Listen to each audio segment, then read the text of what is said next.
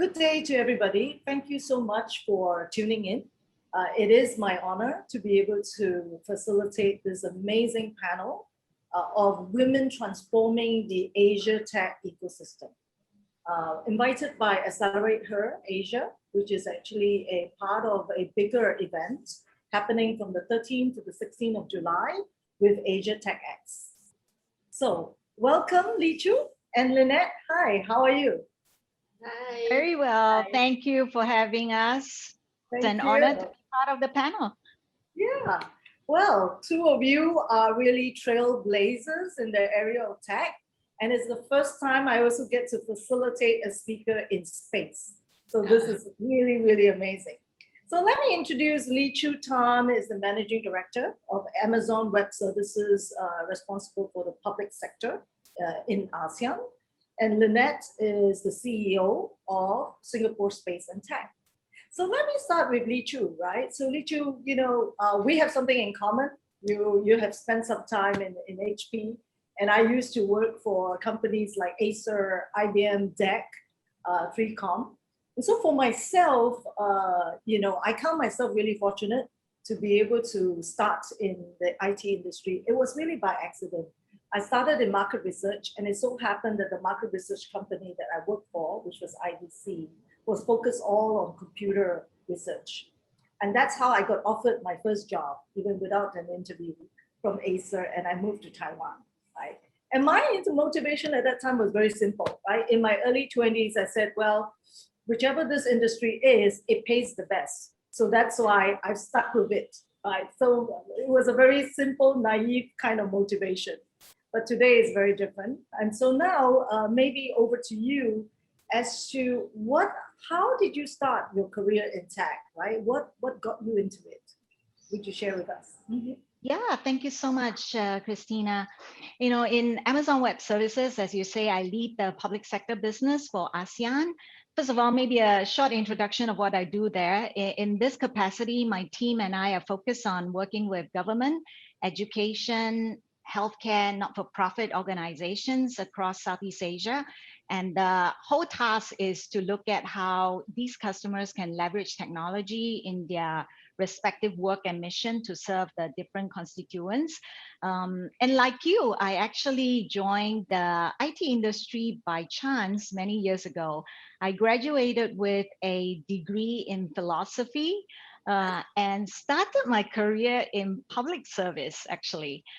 My first job in this industry was with a local IT company focusing on sales and business development. I then, had the opportunity to join a number of multinational companies thereafter.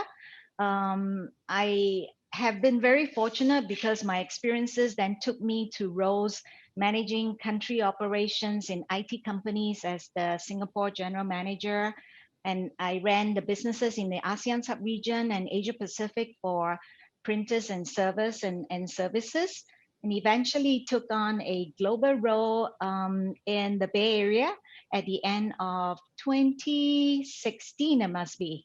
I was responsible for hybrid IT products in that role before coming back to Singapore and joining AWS about 2 years ago.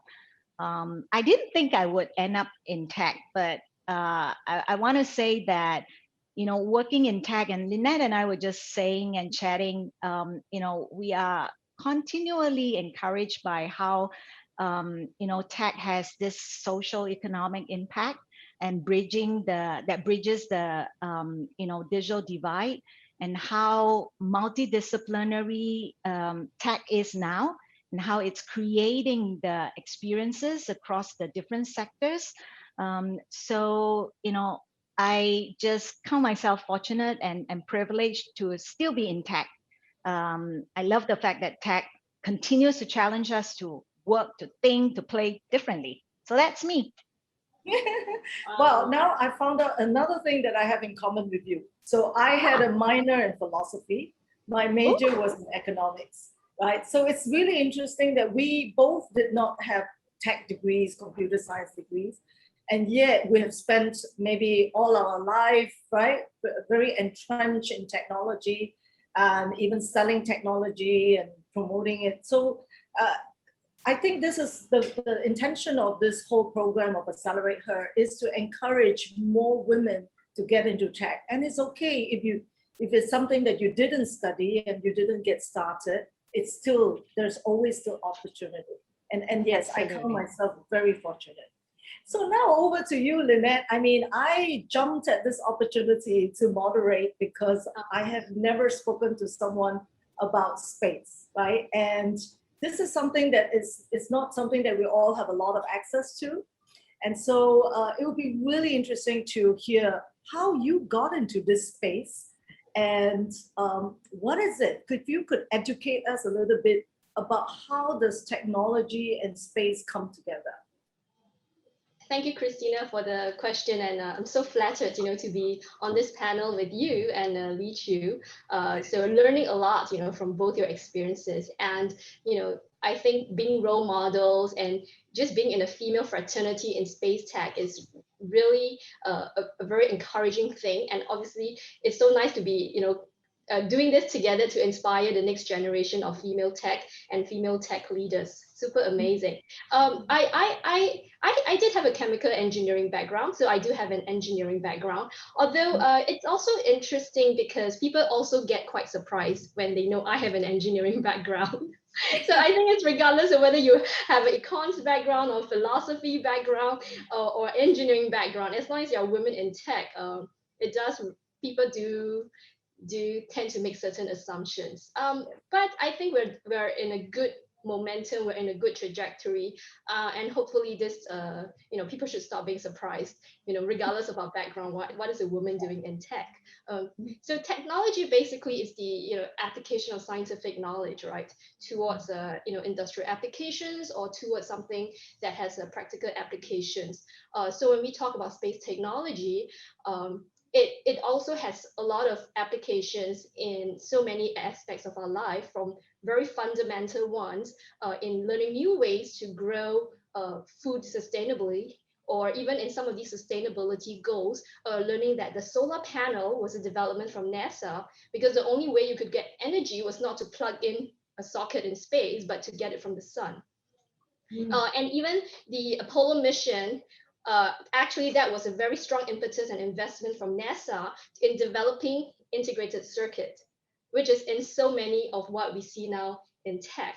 So space technology is very, very pervasive and certainly very accelerating. I feel very privileged to be in this position in Singapore to be advocating space technology. So Singapore Space and Technology is a nonprofit and non-government organization founded in Singapore. What we do in SSTL is we advance and harness space technology to benefit people, to benefit enterprises, and to benefit the planet, especially it being such an important space assets provide very strategic applications in providing ubiquitous surveillance and information that could help us combat climate change and monitor climate change. In SSTL, we connect the ecosystem, the space tech ecosystem, to non-space ecosystem. We connect the Asia Pacific space ecosystem to the global space ecosystem, and we do that to accelerate the awareness and adoption of space technology, which is super exciting in Singapore, considering we are a country that has a lack of space, right? And we're trying to do so much in space. And the last thing, which is why I'm very excited to be on this panel, is SSTL's mission in cultivating talent for the tech industry, cultivating talent, the best brains in the space tech industry. So that's what we do in the SSTL. So super happy, exciting job here.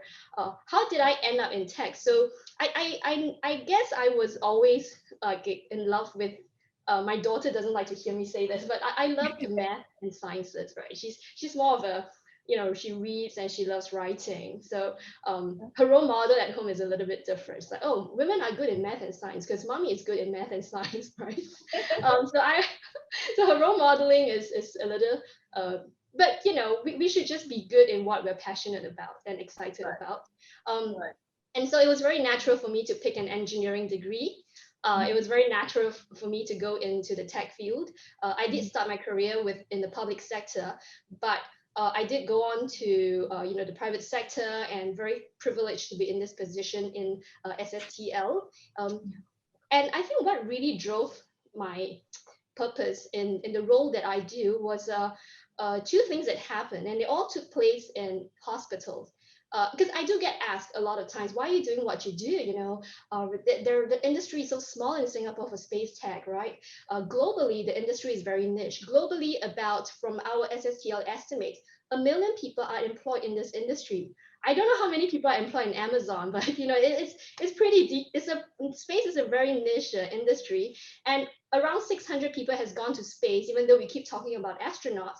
But to date, in the last 60 years, since the first human space flight, which took place 60 years ago from this year, only 600 people have been to space, and less than 15% of them are women. So why am I doing what I do? When I was young, I spent 6 months in a geriatrics ward in Singapore, and I think I saw a lot of the passing on of elderly patients because I was serving in Red Cross. So as part of my volunteer work, I was in the hospital in a Class C geriatrics ward for 6 months, and I think I saw a lot about human lives, passing on. Right, that left a very strong impression on me, which is why I went on to serve in the public sector, as my first job. And later, I was in the healthcare sector for 6 years as well. And around 3 years ago, I had a very freak disease called necrotizing fasciitis, and it nearly took my life. And I think from there on, I was really lucky to pick my life back. So this is the first time I'm sharing this in the public platform, right? Because I thought I really should answer the question of why do I do what I do. So in 2018, I nearly lost my life, and I was really lucky to pick it back up. And I think sitting on a hospital bed, I did think, what can I do to make life a little bit different for the people around me? In Singapore, we're relatively affluent.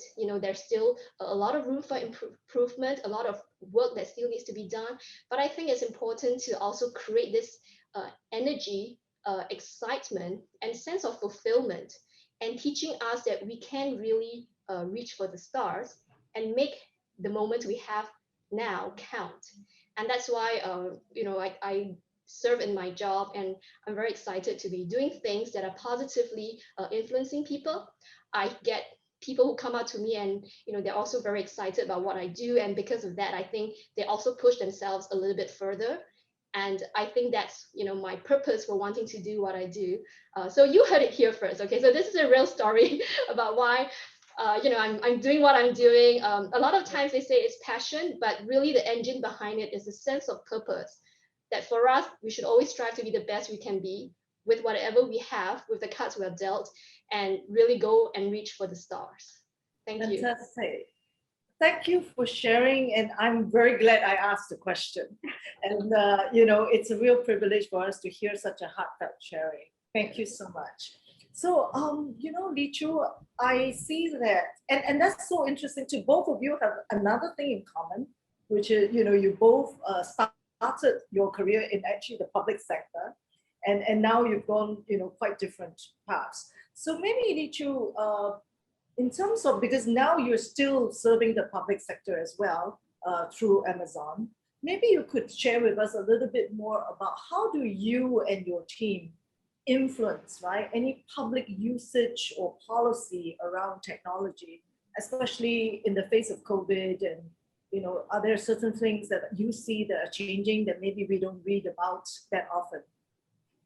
Yeah, happy to, Christina. And before I do that, I just want to say, Lynette, that was really inspiring. Thank you for sharing, your very personal story. I am so touched, and I hope that many who listen to you will be encouraged to, do something that really meets their purpose and their values. And so, yeah, it's just awesome to hear it. So I wanted to say that. And it's also why I do what I do, in public sector. And when we think about the pandemic, while the pandemic is the probably the biggest global crisis for many of us in our lifetime yet, we cannot deny that it has accelerated the speed of digital transformation and the thought process behind innovation. In public sector itself, we have seen more innovation over the last 12 months than we have seen in the last few years. When the pandemic hit us, actually time was not on our side in general. Many of our customers who began their cloud journey with AWS earlier, they were able to move faster to confront change, to deal with COVID, to provide better, quicker solutions to serve the citizens during that period. And in fact, many of us are still going through that now across all of Southeast Asia. And so we had customers looking at transformative ways of delivering services. Of course, as you look at AWS and our business, we support across a wide range of businesses around the clock, right? Whether they are startups to multinational companies, to schools, universities, and outside of the public sector, you know that whether it's Mac delivery, Grab food, and what have you, AWS is enabling that. But closer to the public sector, perhaps I can quote a few stories to tell you why, I'm so glad, we have been able to support our customers to continue to innovate over the past 12, 18 months. In Singapore, we have a community service called We Care Community Services. It is an addiction recovery center. And as a result of leveraging cloud-based contact center, they were able to scale their services at a time where, of course, face-to-face meeting was not possible. So they were able to connect people with counselors remotely via video chat. And just between like January to May of last year, when we first got into work from home and the lockdown and all that, they were able to double the amount of sessions that they were providing, counseling sessions that they were providing to individuals from the same period the year before. And as we think about this, we decided that, hey, as AWS, in our annual City on a Cloud competition, why don't we shine a light and showcase organizations that have developed cloud-based solutions that positively impact communities. And I'm very pleased to share that when we ran that last year, a Singapore startup, Graphical, actually won the Game Changers Award with their digital twin solution. And that solution helped the Kawayan city in the Philippines with its disaster relief operations. The Typhoon Ulysses hit the Kawayan city in November of 2020. And with this solution that Graphical built and put together for the city government, they were able to identify the needs as part of that relief aid for affected families much more accurately, and therefore, provide help and support in a much more targeted and accurate manner. So we have seen that opportunities have arisen from this very, very difficult time for everybody. And truly in Amazon Web Services, we've been very impressed with how our customers just continue to innovate, continue to be spurred on by the need that they need to leverage technology to help them get onto the path of economic recovery quickly. And on the part of AWS, we've just focused on listening and innovating and iterating and looking at ways that we can support their innovations. So, very, very happy to be a part of that journey and very, very proud of the fact that our customers have just continued their innovation journey through this time.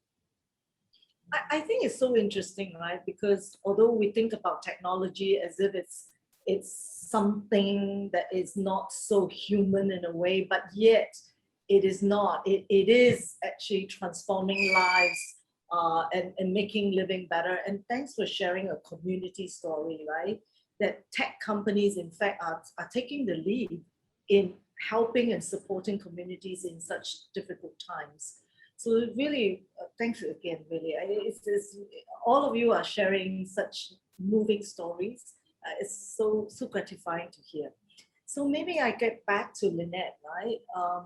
As you know, a lot of us are not very knowledgeable about your space. So when you talk about ecosystem, what do you mean by the ecosystem that you work with? I mean, how does your day look like? Right? What are some of the what are the things that you do? What keeps you awake? Like what initiatives are you running? So that we get a better sense of what kind of work the space encompasses. Correct. It's a very interesting question, Christina, because people keep coming to say, hey, I want to go visit your office, right? Like it's a space, and I'm like, you know, we use cloud, we use computers, we use printer, and we use pen and paper. And so we're still grounded here on Earth. But yes, for sure, in the space tech ecosystem. So SSTL is not a major consumer or creator of space technology. Our job is very strategically placed as a critical enabler to accelerate and advance space technology for adoption. There are three groups we target: people, enterprises, and the planet. But I will share examples relating, to COVID and because it's still very much ongoing, and how space technologies are applied in this pandemic climate. How remote communications could happen a lot of these days also is through remote communications enabled by space technologies, satellite technologies, or even high altitude pseudo satellites and other ways to allow information to cross over large areas. In the pandemic and COVID, I think there are many communities that are stricken because they don't have access. They don't have access to digital tools. They don't have access to connectivity, and now you can't physically go. The backup is to go digital, and when you can't even go digital, you're going to fall so much further back. Right. So in Singapore, we have home-based learning. Thank goodness, we are a small country. Like I said, we don't really utilize a lot of domestic space technologies. We have fiber, but in many countries, that kind of communication is just gone, right? They can't travel very far out. They're locked down, or even service support staff doesn't come anymore. Telemedicine has to take the place of doctors, in a very similar example to what Li Chu said. So the ability to provide connectivity enabled by space technology becomes critical in a time such as a pandemic. In fact, there are even studies that say that they're also noticing how the Amazon rainforest is also not very well maintained, because a lot of the workers, the social workers or the aides are not going around to ensure that things are kept the way it is because of the lockdown. So how do we then pass information, right, over large geographies and areas? That's where space technologies come in. So what I do in my day-to-day job is really in matching the technology with people who will adopt it and use it to benefit people, to benefit the companies, public sector, and to benefit the planet. So I would, and oftentimes, people think that, in the space industry, you work in a spaceship, right? But like I explained, the technologies can be applied in so many different areas.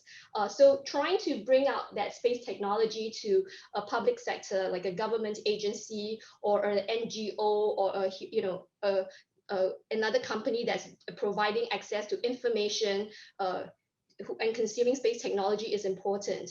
And for example, some of our partners include the World Bank, the Singapore Land Authorities, just to name a few, and also communities in various parts of the world. So we have partners in Indonesia as well, and we have startup and new technology providers to provide internet connectivity, which is really important to help them keep up, with their way of life as much as they can during a pandemic. So we play a very critical role in enabling the right connections and the right partnerships to take place, to accelerate the adoption of space technology to benefit the organizations and the people. So that's how a day like. So no spacecraft, no time zone and beam me up, Scotty. Yeah. Okay, so now it's not sounding as sexy, but now. But the work is very meaningful. Now, Yeah. it's very interesting. I mean, we just learned from you that only 600 people went to space and 13% of them are women. So maybe, and we were wondering how many people work in Amazon, Li Chu. So how many people work in Amazon, and do you have some figures to share about what percentage are women, and what are some of the challenges you face as well, right? Because Amazon is growing so fast and we're trying to get more women involved in tech. Are there certain incentives or programs that's put in place to be able to attract and encourage more female talent from both your companies? Anybody? Yes, so in Amazon, we do believe that because our customers are diverse, we need a very diverse team in order to support the customers. And in Amazon, when we look at our we're very famous for our leadership principles, and one of which is customer obsession. And when we think about customer obsession, it's the mental model that we want to work backwards from the customer, and we start off with understanding what the customer wants.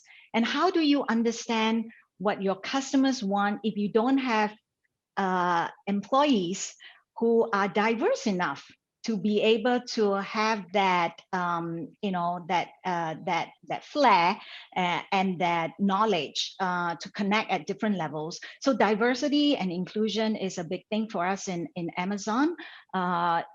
We always say that there are obviously opportunities for us to increase our representation, not just from a gender perspective, but in terms of diversity of thought and so forth. We have hundreds and thousands of employees clearly across the globe in Amazon, as well as in Amazon Web Services. And I would say that as we look at operationalizing, the nurturing of women leadership, as well as nurturing varied, proficiency and diversity into the organizations, we have programs that are specifically targeted at special interest groups. We have programs that targets training on understanding, biasness and not to have biasness. We also, support. We have a program called Amplify, where we specifically look at grooming women leaders within the organization. And a large part of that process is not just mentoring, it is also sponsoring the individual. And that means sponsoring the individual's success within the organization, helping the person navigate, the organization, but it's also, helping them to connect externally. And that's the reason why I took on the role as president for Women in Tech in Singapore Computer Society, because I feel that that is another platform where, from an industry perspective, we can bring together like-minded individuals to support that cause, to challenge each of us to constantly look at how we not just nurture the gender, but nurture the young, and create an awareness of how technology and women in technology can influence and impact in many different ways that might not be as obvious to people right now. Awesome. Okay. So I have to jump there. Yeah. I have to say, when I meet people from Amazon or Amazon Web Services, I really think they walk the talk and believe in the ethos of diversity. I meet, I don't meet one type of people from Amazon. I really meet quite a range of people, and they're all very clear about what their role is. They're passionate, about their job. And I think in the conversations I tend to have with them, they do very vocally and in words and in action advocate that inclusive culture and the desire to embrace diversity. I really have witnessed it, on so many levels for AWS. Thanks for chiming in on that. In fact, today I just read a very short, it's not really an article, but a post about Jeff Bezos, right? That you added 2 more principles into your culture. And it made me think, because nowadays we all work remotely and we forget that we still need to have some kind of a culture togetherness, right? So I think having these principles in your company and communicating it is more important today than ever before, especially when we don't get to meet each other in person. So maybe before I pose you my last question, I would also share a little bit about myself that ties into the next question, right? So I actually retired many, many, many years ago, and I came back to Singapore only 5 years ago. And it was only 5 years ago I get involved in startups.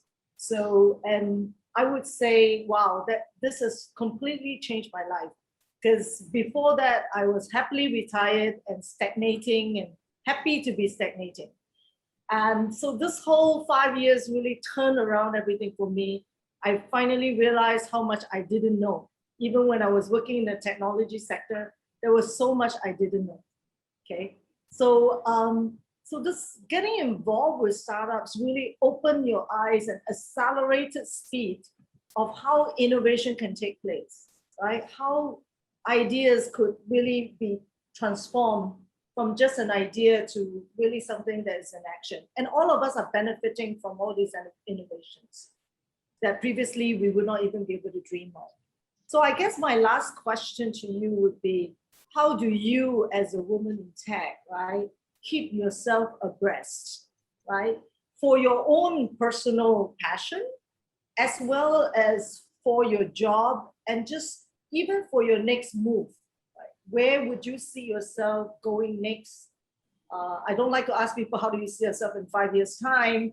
So, but it's more like, what do you see yourself kind of evolving into as well, whether it's in this company or the next? Just what kind of technology fascinates you and would drive you ahead? I think one of the ways, which is unfortunately, which is easy for me, is in space. People are generally very open-minded, and we're always exposed to a lot of things.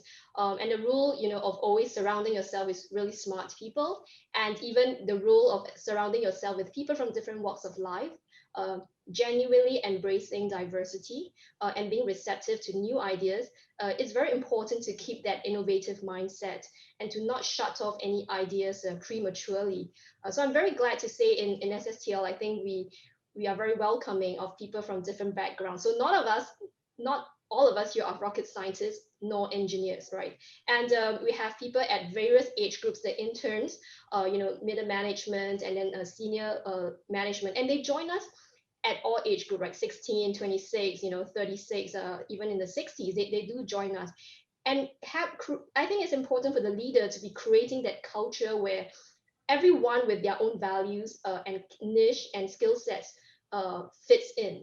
So there tends to be assumptions, there's the millennials, right? Then there's the baby boomer, and they're different. But the difference is to be embraced and leveraged.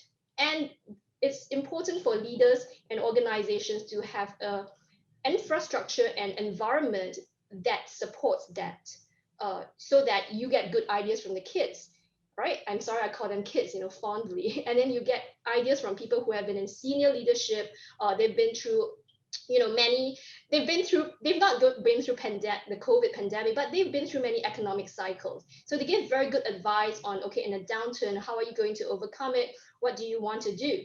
And I think we're very fortunate here that we do have that environment. I remember going for a meeting, and I told one of my younger staff, I said, hey, can you print that meeting, print that email for me?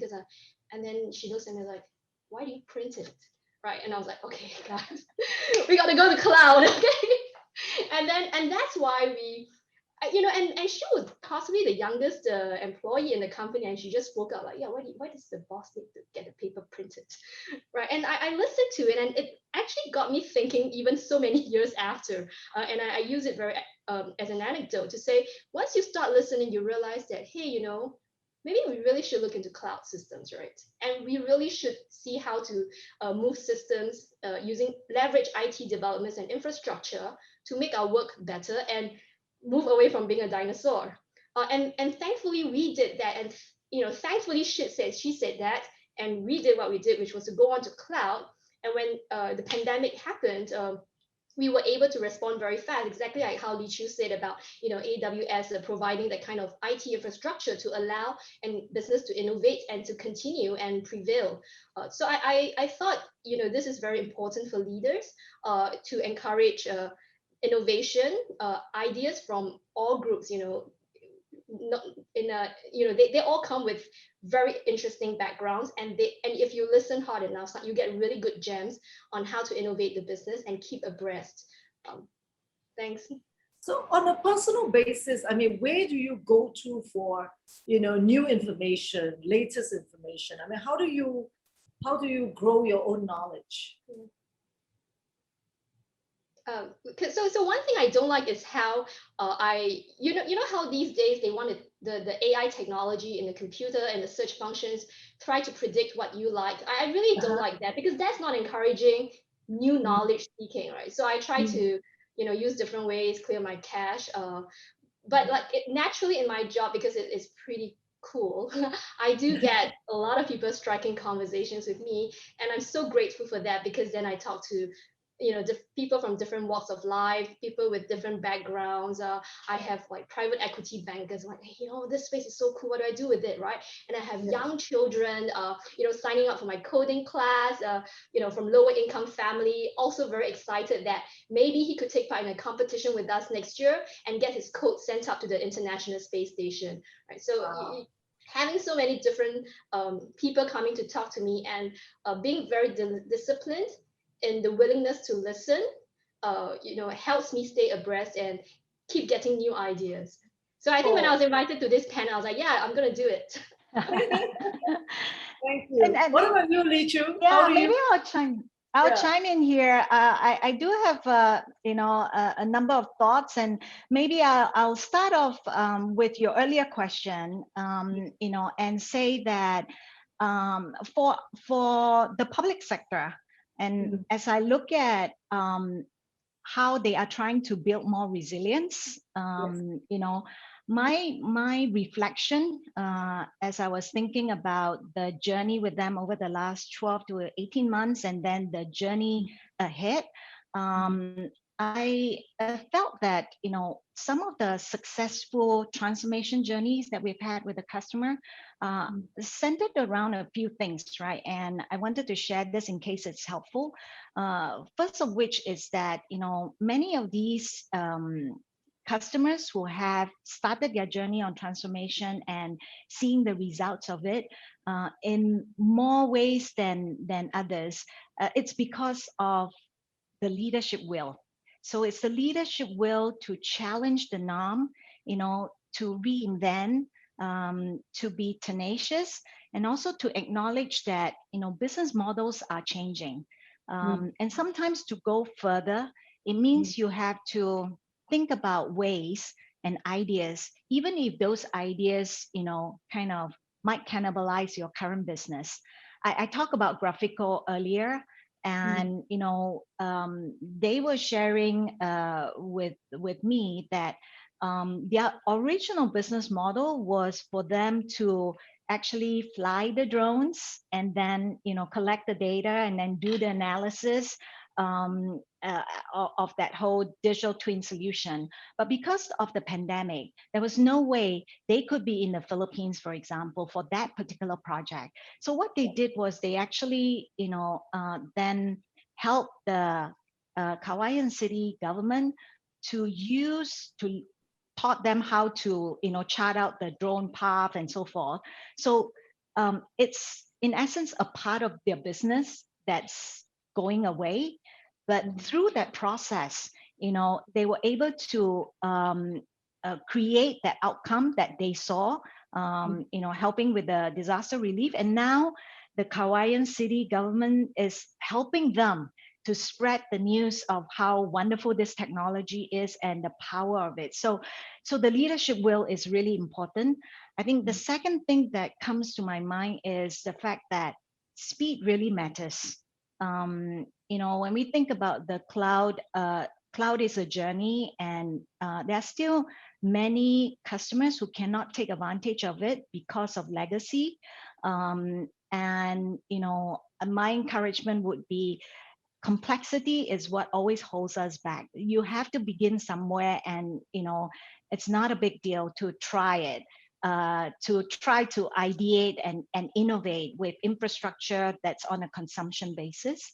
And then the last thing is, you don't really have to deal with the change and innovation on your own. I think Lynette talked about the fact that the power of the community and the collaboration is what's shoring up a lot of the good work that we are seeing. So we are a strong believer that collaboration in the industries, among governments and private sector is going to drive these transformative agendas in a compelling and powerful way. So that's kind of like one area that I felt is important for businesses to take away. And then on a more personal note, I would say that for me, as I look back on the opportunities and the obstacles that paved the way for where I am today, my personal learning has been that the journey of success begins with having a courage to dream a vision.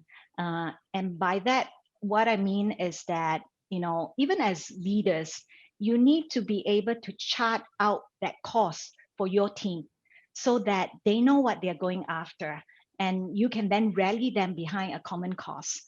But having that vision and that dream is not going to make it happen, because you also have to take charge to make it a reality.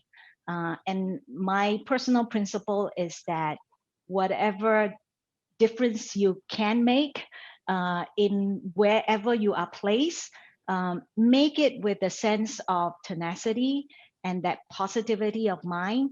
And so, when you ask me, hey, what does the next step look like? For me, it is, I'm really glad with the current opportunity to kind of help with the public sector customers across the Southeast Asia country.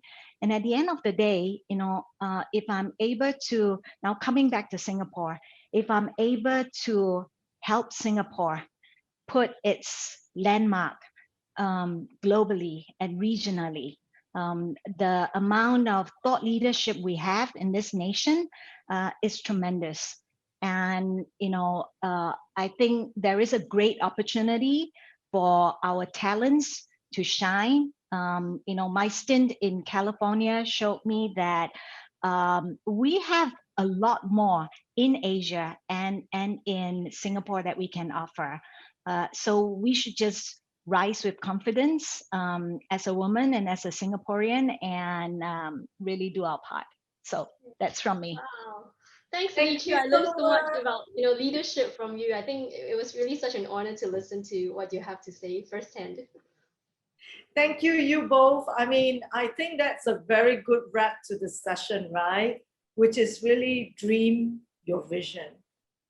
And that's still not enough, but it's a good start. I think all three of us are very fortunate that we have, worked in companies or working in companies that really do believe in speed and deliver and care about transforming, and this whole idea about taking charge, taking advantage of everything that we have been given. It's definitely the way to go. So once again, I want to thank you and the potential listeners to our panel. I hope that everybody will have something to take home and definitely continue to rise with confidence and make a difference. Yeah. Thank you. Thank you. Thank you so much. Thank you.